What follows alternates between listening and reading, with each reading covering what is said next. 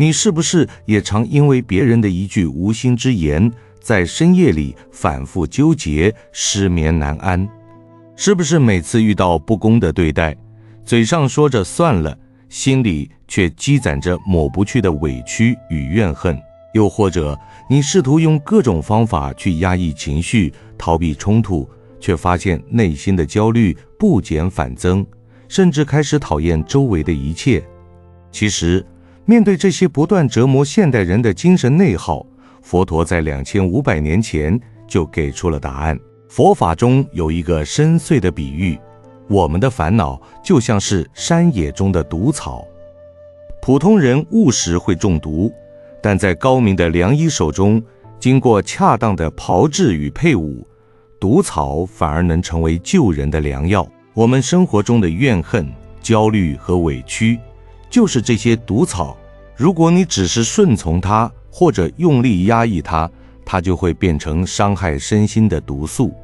但如果你能用智慧去照見它，看清自己到底在執着什麼，原本折磨你的煩惱就會轉化為覺醒的良藥。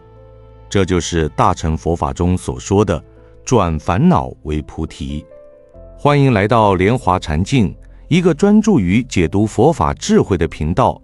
在這期視頻中，我們將回到《金剛經》與六祖壇經的原點智慧，通過忍辱仙人等經典故事，為你還原轉煩惱為菩提的真實機理。我們將一起探討如何在痛苦與衝突最劇烈的時候，看清那些刺痛我們的外境，從而不再被情緒囚禁，找到內心真正的釋然與力量。剛才說煩惱像毒草，現在我們看佛經裡最猛烈的一株毒草。有人真的拿刀傷害修行人，他怎麼沒有被嗔恨拖走？《金剛經》裡，佛陀講過自己過去生的一段故事。那一世，在山林之間，有一位修忍辱行的仙人，日日在林中打坐修行，不與世人爭競。有一天，歌利王帶着一大群宮女侍從入山遊獵，走累了就在樹下休息，轉眼沉沉睡去。宮女們閒着無事，在林子裡四處逛，撞見了打坐的仙人，好奇圍了上來，聽仙人講離欲解脫的法要。越聽越入神，不知不覺就忘了回去。歌利王一覺醒來，身邊一個人都沒有，順着聲音找到仙人所在之處，只見所有宮女都圍着仙人，心中頓時生出無比的傲慢與憤怒，覺得自己的王權被輕慢，尊嚴被冒犯。國王按劍上前，喝問仙人修的是什麼法。仙人平靜回答，修的是忍辱。歌利王冷笑，說忍辱，那我今天就來試一試。當下命侍衛上前，一刀一刀割截仙人的身體，每割下一塊就停下逼問，現在你恨不恨？仙人答，不恨。再割一塊，再問，還是答不恨。整個過程沒有一句咒罵，沒有一句求饒，只有平靜的回答。這故事講出來，很多人會以為仙人是硬生生把痛忍下來，或是修到已經麻木不知疼痛。其實不是，身體被割截怎麼會不痛？皮肉分離，那是徹骨的痛。但痛歸痛，那一句不恨，不是憋着不說，不是強迫自己我不能生氣，而是在劇痛當下，那個我被冒犯，我被傷害，我一定要報復回去的念頭根本沒有升起來，也就沒有被抓住。這才是佛法講的忍辱，不是硬憋，而是根本不跟着妄念走。歌利王的這一刀就是世間最極致的煩惱。它不是別人一句無心的閒話，不是職場一點小小的委屈，是明晃晃的刀，實實在在的傷害，是把尊嚴踩在地上，把生命捏在手裡的羞辱。很多人總說煩惱即菩提，就是哄哄人的，不過是叫人忍一忍小情緒。若真遇到這般天大的委屈，天大的傷害，誰能轉得了？佛法偏偏就要在最極致的痛苦裡講最真實的道理。金剛般若波羅蜜經說：如我昔為歌利王，割截身體，我於爾時無我相，無人相，無眾生相，無壽者相。何以故？我於往昔節節之解時，若有我相、人相、眾生相、壽者相，應生嗔恨。這句話把道理說透了。如果心裡緊緊抓住一個被傷害的我，抓住一個傷害我的歌利王，這個我的影子立在那裡，嗔恨就一定會生出來。就像種子落在濕潤的土裡，一定會生根發芽，那股嗔恨的毒會反過來把自己啃得屍骨無存。可當這個我被照見，本來就沒有一個實有的我能被傷害，本來就沒有一個實有的對方能傷害誰，那嗔恨還能長在哪裡？它就失去了扎根的地方。外境不一定立刻改變，痛也不會馬上消失，但這一念若不再被我執牽走，煩惱就從捆綁我們的繩子轉成照見自己的明燈。就像那株山種毒草，不用急着放火燒山，只要看清它的根扎在何處，毒性從哪裡發起，自然能把它變成治病的良藥。歌利王的刀還是那把刀，傷害還是那個傷害，但它已經不再是能困住你的煩惱，反而成了幫你打破我執的斧頭。很多時候，我們總盼着外境趕緊變，傷害趕緊走。可事實上，外境變不變，不由我們決定。我們能做的，就是在痛苦升起的當下，先停下來照一照，這股情緒到底扎在哪個我上面。願我們先不急着恨，也不急着壓，先照見這一念。如果此刻你也有所體會，歡迎在評論區打下“照見”2個字，我們一起把這一念看清楚。如果說忍辱仙人離我們太遠，那就回到我們每天都會遇到的一念，同一句話。為什麼有人一聽就過去，有人卻記一輩子？這就像六祖大師法寶壇經裡那個人人都聽過的公案，五祖弘忍傳了衣缽給慧能，慧能剛從黃梅出來，到了廣州法性寺，正好碰到印宗法師在講經。那天風吹得寺前的旗幡來回飄動，2個僧人坐在廊下，看着飄動的幡起了爭論。一個說是風在動，沒有風，幡怎麼會飄？另一個說不對，是幡自己在動，風看不見摸不着，明明是幡動才有這個相。2個人各說各話，爭得面紅耳赤，誰也說服不了誰。慧能就在旁邊坐下，聽了半天，開口說：既不是風動，也不是幡動，是仁者心動。一句話出來，滿寺的人都愣住了。很多人聽這個公案，會誤會六祖是在否定外境，說風也沒有，幡也沒有，一切都是心變出來的幻影。其實不是，風明明在吹，幡明明在動，這都是事實，不用否定。但為什麼2個人會爭得你死我活？因為心已經被境牽着跑了，把眼前這一點動靜當成了真真實實的道理，非要分出個你對我錯，反而把自己困進去了。我們遇到讓自己痛苦的事，不也是這樣？別人一句話說出來，風過樹梢一樣，本來就是因緣湊成的一句閒話。可我們的心一牽上去，就把它牢牢抓住，放在心裡反覆磨，反覆嚼，磨到出血，嚼到生瘡，還不肯放。六祖壇經裡把這層道理講得再明白不過，前念着境即煩惱，後念離境即菩提。說穿了就是這麼一回事。同一件事，前一個念頭抓住它不放，天天想着我受了委屈，對方對不起我，讓他反覆證明我真的被傷害了，這就是煩惱。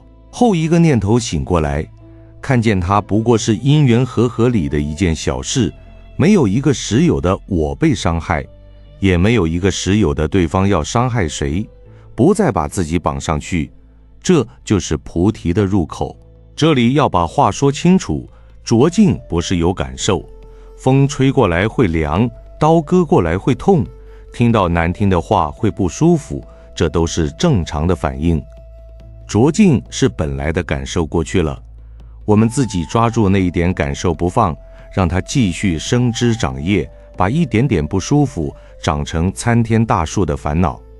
離境也不是變成木頭人，沒有喜怒哀樂，對什麼都冷漠無情，而是感受來了就讓它來，走了就讓它走，不讓那一個念頭發號施令牽着我們團團轉。說到這裡，再講一個每天都會碰到的小事。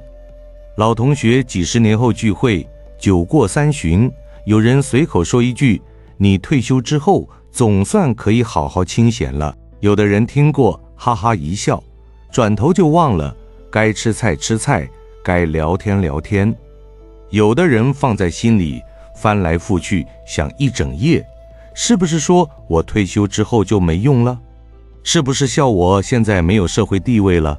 是不是覺得我過得不如他？本來開開心心的聚會，變成了一肚子氣的鬱結。這就是前念著境，就是心被境牽走了。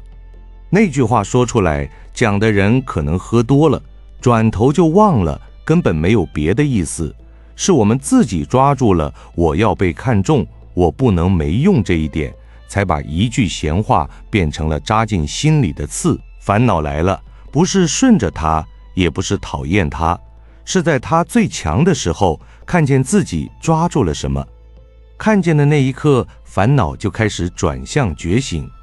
很多人修行，一碰到煩惱就慌了，覺得自己功夫不好，怎麼又生起氣來了？於是拼命壓，拼命忍，結果越壓越重，越忍越苦。其實修行哪裡是要我們沒有情緒，情緒升起來本來就是幫我們找路的路標，它越痛就越清楚地指着我們執着的地方，指着我們藏在心底那個不肯放的我。不用急着給情緒定罪，也不用急着給別人判刑。煩惱撞過來的那一瞬間，先停一步，問自己一句：這一下到底刺中了我哪裡？刺中的是面子，是不甘心，是覺得自己沒有被公平對待，還是怕別人眼裡的自己不夠好？把這個地方看清楚，那個抓着煩惱的手就已經鬆了一半。不用等外境變，不用等別人道歉，只要這一念從著境轉到離境，煩惱就已經開始變成菩提了。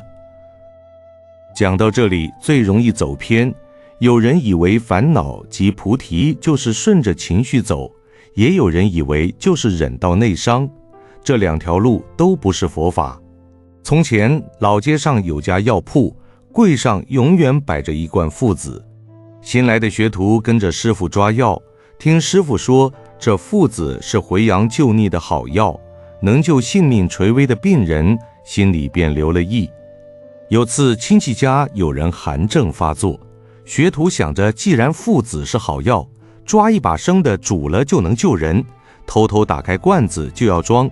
老師傅剛巧從後堂出來，一眼看見，當下快步上前，按住學徒的手，把罐子蓋了回去。學徒不服，說：師傅，你昨天才講，這東西能入藥救人，為什麼我不能拿？老師傅說：毒草入良醫手，可以成藥，但能入藥不代表能亂吃。這東西天生帶着大毒，生附子吃下去，輕者口舌發麻，重者心臟停擺，哪裡是隨便用的東西？要經過一整套炮製、浸、蒸、曬，反復去毒，再控制好劑量和其他藥材搭配，才能發揮藥性治病。差一點火候，少一道工序，就是害人性命。煩惱也是這罐附子。很多人聽了煩惱即菩提，就會誤會。既然煩惱就是菩提，那不如順着煩惱走。生氣了就罵人，委屈了就報復，貪念起來了就去占便宜，反正最後都能成菩提。這哪裡是轉煩惱為菩提？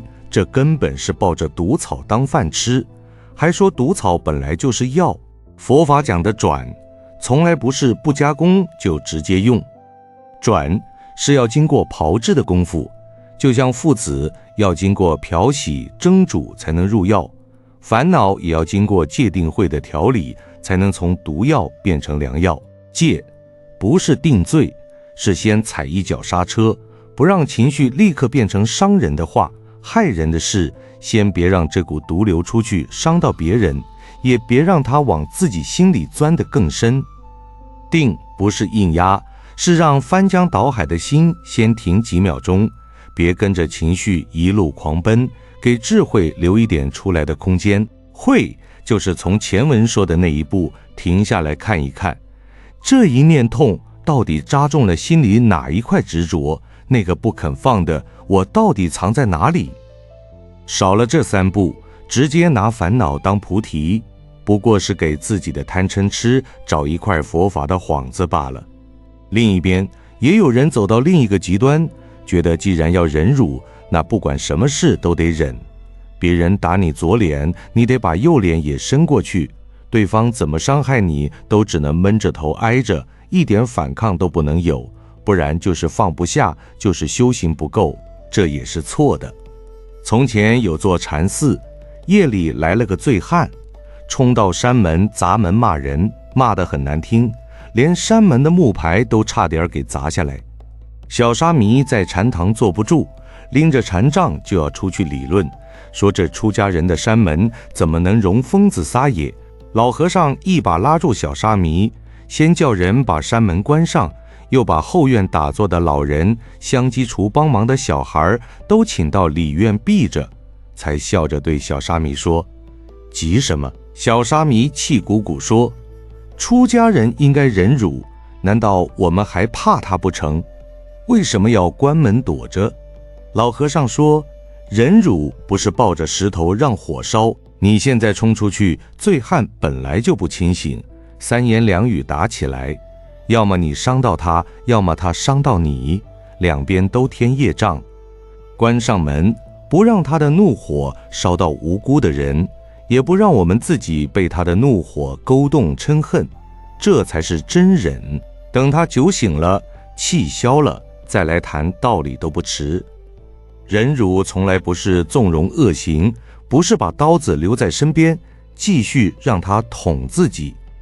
該立界限就立界限，該離開就離開，該求助就求助，該止惡就止惡，這些都是護持自己也護持別人的正行。真正修行是做這些事的時候，不把嗔恨當家，不讓自己的心跟着仇恨綁住，而不是逼着自己當一輩子受氣包。兩條偏路都講清了，接下來才能走對那條轉煩惱為菩提的正路。前面我們看見了自己的執着，接下來還要再深一層，那個傷害我們的人也常常是被煩惱推着走的人。維摩詰所說經裡有段很有名的故事，維摩詰本是古佛再來，示現居士，身份住在毗耶離城。這一次他示現有病，佛陀知道他要借病說法，便派了諸大菩薩和弟子們去探病。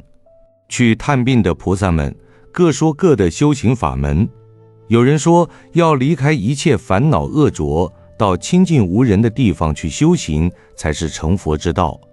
維摩詰聽完，搖頭不認同，便說了那一段蓮花的比喻。維摩詰所說經佛道品說，譬如高原陸地不生蓮華，悲施淤泥乃生此華，煩惱泥中乃有眾生起佛法耳。這句話講透了大乘佛法修行的本質。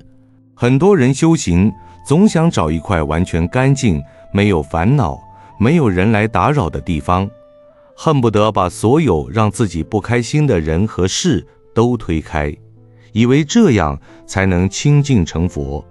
可偏偏蓮花從來不在乾燥平坦的高原生長，只有在又髒又濕的淤泥裡才能長出那樣乾淨芬芳的花。佛法從來不是讚美淤泥，也不是叫人故意泡在煩惱裡不肯出來，只是說真正的覺悟從來不是從完全沒有矛盾的真空裡生出來的，恰恰是在真實的人情衝突裡，在委屈不平裡，在病苦衰老裡，在被人傷害的錐心痛裡，那個藏了一輩子的我執才會浮出來，才有機會被你看見，被你轉化。走到為這一步，視野就會從為什麼偏偏是我這麼苦，慢慢打開，變成原來所有人都在被煩惱逼迫。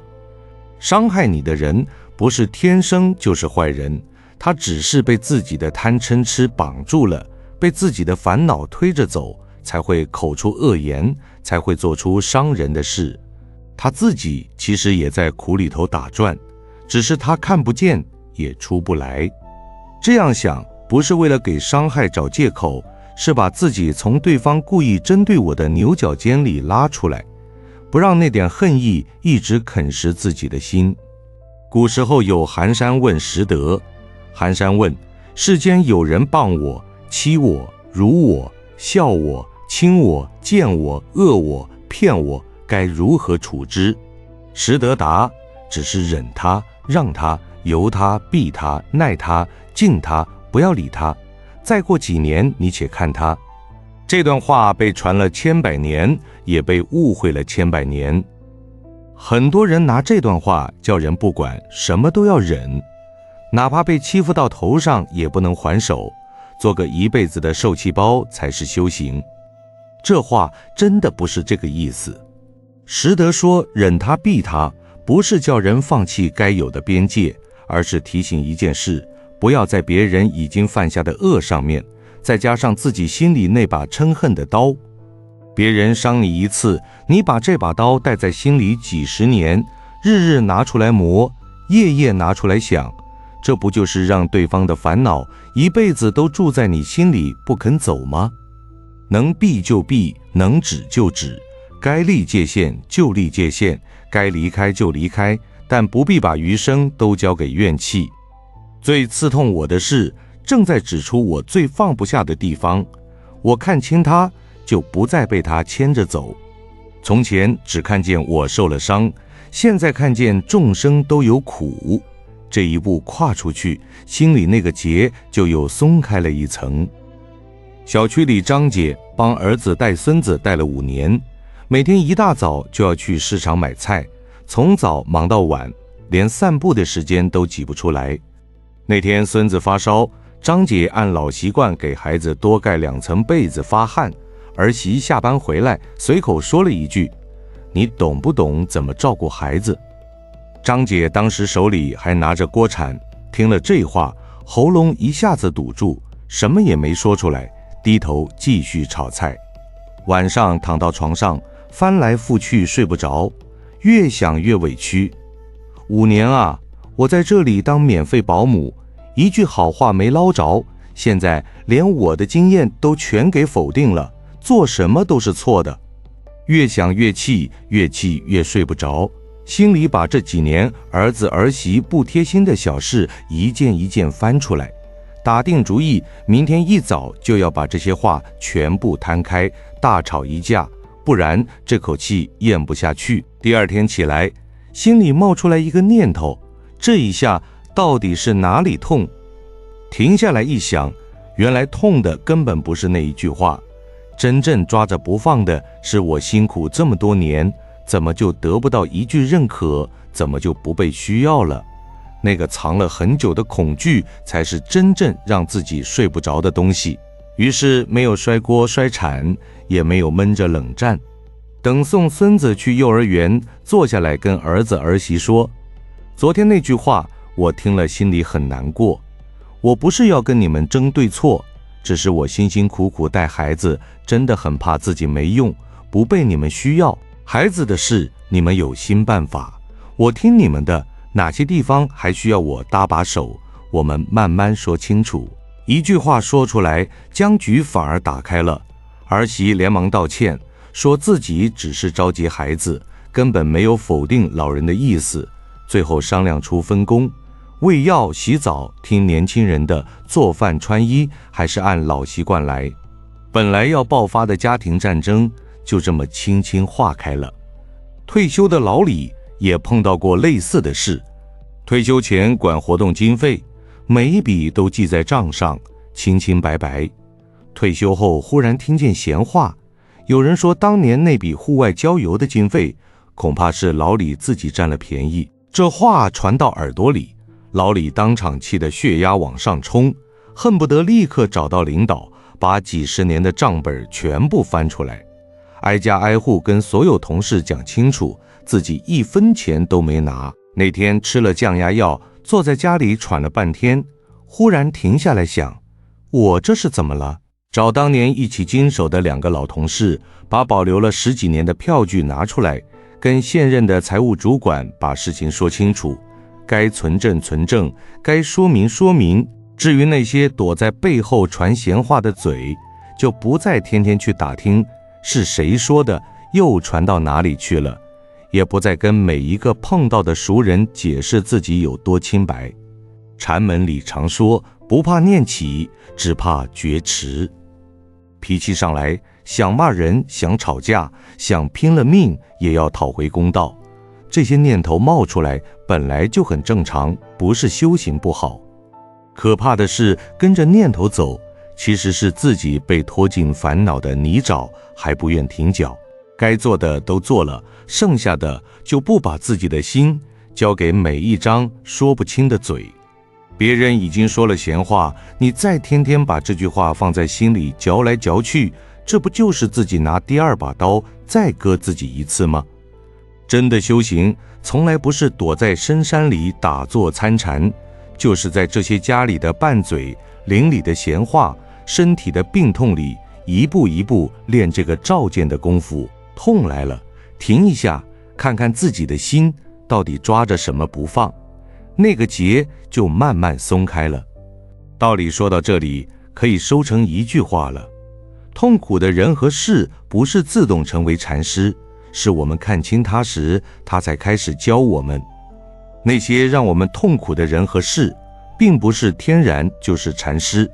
當我們在痛處看見自己抓住的我、相、期待和分別，不再讓嗔恨接管身口意，他們才成為禪師。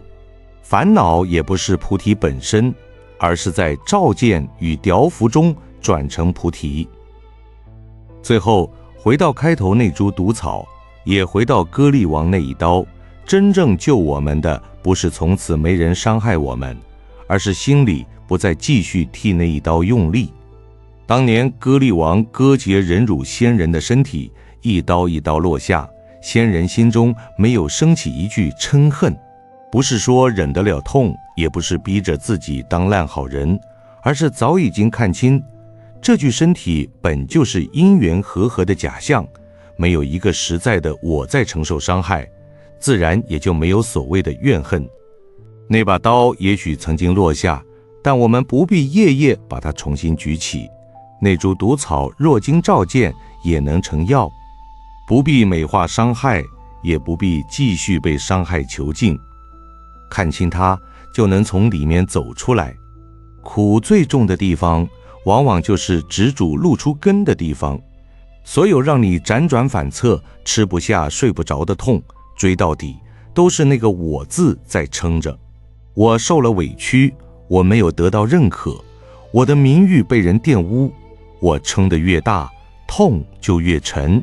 一旦停下來照見，看見那個我不過是自己捏出來的影子，影子消失了，痛也就跟着散了。